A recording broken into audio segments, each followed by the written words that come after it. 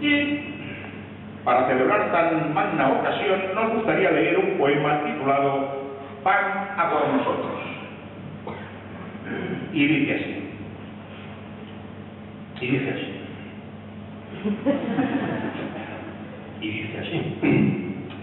Límpiate los dientes, lávate los pies, cósete el jersey, píntate las uñas, cámbiate las pilas, cómete los mocos, bébete la espuma, cásate con ella, cásate con ella, cásate con ella, toma precauciones, piensa en tu futuro, van a por nosotros. Las hordas internacionales de mates y de verados y funcionarios y chinchillas y hurones moralistas que desean llevarte cogidito de la mano a la jubilación.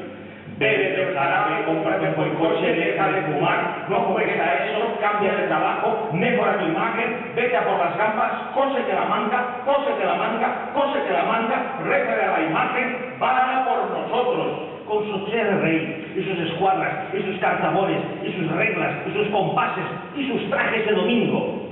Peínate los pelos, limpia tus zapatos, huele a gasolina, díquese a tu jefe, mira las noticias, no duermas la siesta, deja esa sonrisa, siéntete culpable, acaba de la sopa, acaba de la sopa, acaba de la sopa, hazte responsable, van a por nosotros. Se acabó la juventud, basta de holgazanear, hay que concienciarse, viva el complejo de Edipo, viva, yo tengo la culpa.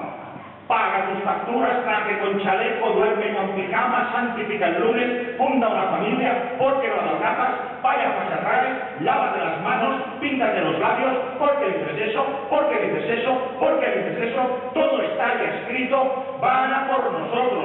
Edison, y Washington, y Einstein, y Freud, y Hitler, y Kennedy, y Newton, y Sergio, y Estíbaliz, y Copérnico, y Von Braun, y Don Santiago Ramón y Cajal, van a por nosotros. Por nuestros pecados, por nuestros pecados, por nuestros pecados, por nuestros pecados, van por nosotros.